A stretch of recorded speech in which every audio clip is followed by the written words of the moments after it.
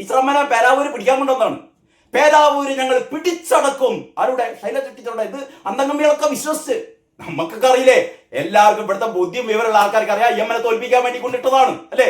തോൽപ്പിക്കാൻ വേണ്ടിയിട്ടാണ് പേരാവൂരിൽ കൊണ്ടിട്ടതെന്ന് എല്ലാവർക്കും അറിയാം. എന്നിട്ട് എന്താ പറഞ്ഞത്? ഓ, ഞങ്ങൾ പേരാവൂര് പിടിച്ചെടുക്കണം, പിടിച്ചെടുക്കാൻ വേണ്ടിയിട്ട് ടീച്ചറമ്മനെ കൊണ്ടിട്ടാണ്. ടീച്ചറമ്മയും പറഞ്ഞു ഞാൻ പിടിച്ചെടുക്കാൻ വേണ്ടി വന്നതാണ്. പിടിച്ചെടുക്കാൻ വേണ്ടി വരുന്നത് ഇവിടെ സണ്ണി ജോസഫിന്റെ മണ്ഡലത്തില്. അവസാനം ടീച്ചറമ്മന്റെ പിടിച്ചെടുക്കൽ റെഡിയായി. അങ്ങനെ ടീച്ചറമ്മയും പോയി. ഇതാണ് നമ്മളെ സഖാക്കളുടെ. എന്നാണ് ഇവർക്കൊരു വിവരം വെക്കുന്ന ആൾക്കാർ ചോദിക്കുന്നത്? എന്ന് വിവരം വെക്കുക? നമ്മളെ ഏറിയ മണ്ടന്മാരും പൊട്ടന്മാരും ഒക്കെ കണ്ടിട്ടുണ്ട്. ഇതിന്റെ അങ്ങേ പുറത്തെ ഏതായാലും പിണറായി എന്നുള്ള സൂക്തം എനിക്ക് തോന്നുന്നു ഇനിയിപ്പോ അത് പതുക്കെ കുറയും. ഇനി മറ്റൊന്നതാ, 19 മന്ത്രിമാരിൽ 13 പേരും LDF കൺവീനറും. LDF കൺവീനർ തോറ്റതാണ് ഏറ്റവും വലിയ ടി.പി. രാമകൃഷ്ണൻ എന്ന് പറഞ്ഞാൽ എന്താ വലിയ കമ്മ്യൂണിസ്റ്റ് ആദർശങ്ങളുടെ എന്താ പറയാ കോരിച്ചെരിയുന്ന വലിയ പടസ്രാളാണ് ആര്? ഈ ടി.പി. രാമകൃഷ്ണൻ. അവിടെ കൊണ്ടിട്ടത് നല്ല എന്താ പറയാ പടക്കണ ഫാത്തിമ തഹലിയ എന്ന് പറയുന്ന ലീഗിന്റെ കരുത്തുറ്റ, യൂത്ത് ലീഗിന്റെ കരുത്തുറ്റ പോരാളി ഫാത്തിമ തഹലിയ. ഫാത്തിമ തഹലിയല്ലേ, അത് സാരല്ല എന്നൊക്കെ വിചാരിച്ചു കണ്ട് നമ്മളെ ഈ സഖാക്കന്മാരിങ്ങനെ കുത്തിരുന്നേനി. അവസാനമാണ് ഫാത്തിമ തഹലിയ വളരെ കൃത്യമായി വളരെ ചിരിച്ചുകൊണ്ട്, അല്ലെങ്കിൽ മനുഷ്യന്മാരോട് ഇവർക്കില്ലാത്ത ഗുണം ഫാത്തിമ തഹലിക്കുണ്ട് എന്ന് പറഞ്ഞാൽ മനുഷ്യരോട് സംസാരിക്കുമ്പോൾ ഹൃദയം തുറന്ന് സംസാരിക്കുക, അവരെ സഹജീവികളെ കണക്കാക്കുക, സ്നേഹം, മാനവികത, ഇതൊക്കെ ഫാത്തിമ തഹലിയ ഈ സഖാക്കൾക്ക് പഠിപ്പിച്ചു കൊടുത്തു. പക്ഷെ സഖാക്കൾക്ക് ഒന്നും വേണ്ട. സഖാക്കളെ വരെ കുത്തിത്തിരിപ്പുണ്ടാക്കി. ഓ, അത് കൗമിലെ പെൺകുട്ടി. എന്താണ് കൗമിലെ? നമ്മൾ കേട്ടില്ല.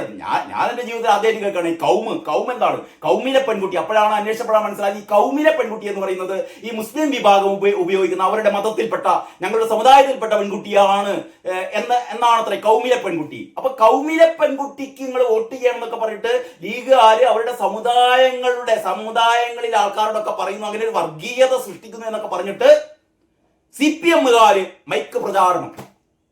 അവസാനം അത് കേസായി, കൊല്ലാപ്പായി. അവസാനം ടി.പി. രാമകൃഷ്ണൻ പറഞ്ഞു ഞാനറിയില്ല, അത് ഞങ്ങളെ വണ്ടിയല്ലാന്ന്. നിങ്ങളെ വണ്ടിയല്ലാതെ പിന്നെ നിങ്ങളെ ഈ പ്രചാരണ വാഹനവും നിങ്ങളുടെ ഈ പ്രചാരണ ബോർഡും ഒക്കെ കൊണ്ടിട്ട് വേറൊരു വണ്ടി പോകിടൂ.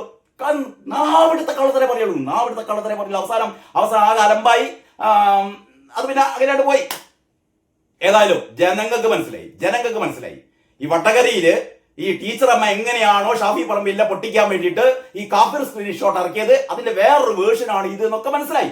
അവസാനം ആൾക്കാര് അതാ പറയുന്നത്, ജനങ്ങൾ. കുഞ്ഞികൃഷ്ണ സഖാവ് പറഞ്ഞാലേ നേതൃത്വത്തെ അണികൾ വോട്ട് ചെയ്തോ. CPM-ലെ ആൾക്കാർ തന്നെ. നിങ്ങൾ ആലോചിച്ചോളണം, ഈ വോട്ടൊക്കെ എവിടെ വരുന്നത്? നമ്മൾ ഈ കണക്ക് നോക്കിയാൽ അറിയാം. BJP-യുടെ വോട്ട് പഴയ അതായത് 2021 BJP കിട്ടിയ വോട്ടിനേക്കാൾ കൂടിയാണ് BJP-യുടെ വോട്ട് അല്ലേ? കുറഞ്ഞത് സഖാക്കന്മാർക്ക്. നിങ്ങൾ ഇന്നത്തെ പത്രത്തിൽ, എല്ലാ പത്രത്തിലും ഉണ്ട്. മലയാള മനോരമയുടെ ഉള്ളിലെ പേജില്, എന്താ പറയാ, മാതൃഭൂമിയുടെ ഉള്ളിലെ പേജ്, ദേശാഭിമാനി പറയുന്നുണ്ട്. ദേശാഭിമാനിയുടെ ഉള്ളിലെ പേജിലുണ്ട് കഴിഞ്ഞ 2021 കിട്ടിയ വോട്ടും 2026 കിട്ടിയ വോട്ടും. ദേശാഭിമാനി എനിക്ക് തോന്നുന്നു 21 കിട്ടിയ വോട്ട് കൊടുത്തില്ല. പക്ഷെ മലയാള മനോരമ വളരെ കൃത്യമായി 2021 ഈ 140 മണ്ഡലങ്ങളിലും 2021 എത്രയായിരുന്നു ഭൂരിപക്ഷം, 2026 എത്രയാണ് ഭൂരിപക്ഷം കൊടുത്തിട്ടുണ്ട് നോക്കിയാൽ അറിയാം. സഖാക്കന്മാരുടെ വോട്ട് മുഴുവൻ ചോർന്നു അല്ലേ? ഇവിടെ ശൈലജ ടീച്ചർക്ക് കഴിഞ്ഞ പ്രാവശ്യം, ശൈലജ മട്ടന്നൂർ അല്ലേ, ശൈലജ ടീച്ചർ കഴിഞ്ഞ പ്രാവശ്യം അനുസരിച്ച് അവിടെ കിട്ടിയത് ഏറ്റവും ചരിത്രത്തിലെ ഏറ്റവും വലിയ ഭൂരിപക്ഷമായിരുന്നു അല്ലെ? 60,000-ഓളം വോട്ട്. VK സരോജിന് ഇപ്രാവശ്യം കിട്ടിയതോ അതിന്റെ 1/3 ഭാഗം. കാരണഭൂതത്തിന് 50+ കിട്ടി. 50,000-ൽ കൂടുതൽ കിട്ടിയപ്പോൾ ഇപ്രാവശ്യം കിട്ടിയത് 19,000. മരുവാന് 28,000 കിട്ടിയത് ഇപ്രാവശ്യം കിട്ടിയത് 7,000. എല്ലാവർക്കും വോട്ട് കുറഞ്ഞു എന്ന് പറഞ്ഞാൽ എന്നിട്ടും പറയാം ഭരണവിരുദ്ധ വികാരമില്ല, പിണറായി വിരുദ്ധ വികാരം. അത് തീരല്ലാന്നേ, പിണറായി വിരുദ്ധ വികാരം തീരല്ല. അതുകൊണ്ടാണ് ധർമ്മടത്ത് 6 റൗണ്ടിൽ മൂപ്പർ ഇങ്ങനെ വിറച്ചത്, പിന്നിലായി പോയത്. ഭരണവിരുദ്ധ വികാരം ഇല്ല, പിണറായി വിരുദ്ധ വികാരം ഇല്ല. പിന്നെ ആൾക്കാർ പൊട്ടന്മാരായതുകൊണ്ട് ഞങ്ങൾക്ക് വോട്ട് ചെയ്തില്ല, അതപ്പൊ പറയുന്നത്. എന്നിട്ടാ പഠിക്കുന്നു പറഞ്ഞത്. ഞങ്ങൾ ചർച്ച ചെയ്യും, പഠിക്കും. അതിന് മുന്നേ തന്നെ പറഞ്ഞു, ചർച്ച ചെയ്യാൻ പഠിക്കുന്നതിന് പോകാൻ മുന്നേ തന്നെ പറഞ്ഞു ഭരണവിരുദ്ധ വികാരമൊന്നുമില്ല. ഇനി വേറെന്തെങ്കിലും വികാരമുണ്ടോ എന്ന് ഇവര് അന്വേഷിക്കണം. മിക്കവാറും ഇനി സംഭവിക്കാൻ പോകുന്നത് കേരള കോൺഗ്രസ് മാണി ഗ്രൂപ്പ് പതുക്കെ UDF-ലേക്ക് ഇങ്ങനെ വരും. CPI വരെ അങ്ങോട്ടേക്ക് വരും. കാരണം ഇവർക്കെല്ലാം മനസ്സിലാക്കുന്നു ഇനിയുള്ള കാലത്ത് LDF എന്ന് പറഞ്ഞ പരിപ്പ് ഇനി വേവൂല എന്ന് ഇവർക്ക് മുഴുവൻ മനസ്സിലായിട്ടുണ്ട്. അതുകൊണ്ട് ഈ ഘടകകക്ഷികൾ ഓരോന്നായിട്ട് UDF-ലേക്കോ? അങ്ങനെയൊക്കെയാണ് അതിന്റെ അണിയറ സംസാരങ്ങളൊക്കെ അങ്ങനെ തുടങ്ങിക്കഴിഞ്ഞു. ഏതായാലും പെട്ടെന്നുണ്ടാവില്ല. കാരണം അടുത്ത ഭരണം വരുമ്പോഴത്തേക്ക് കാണാം.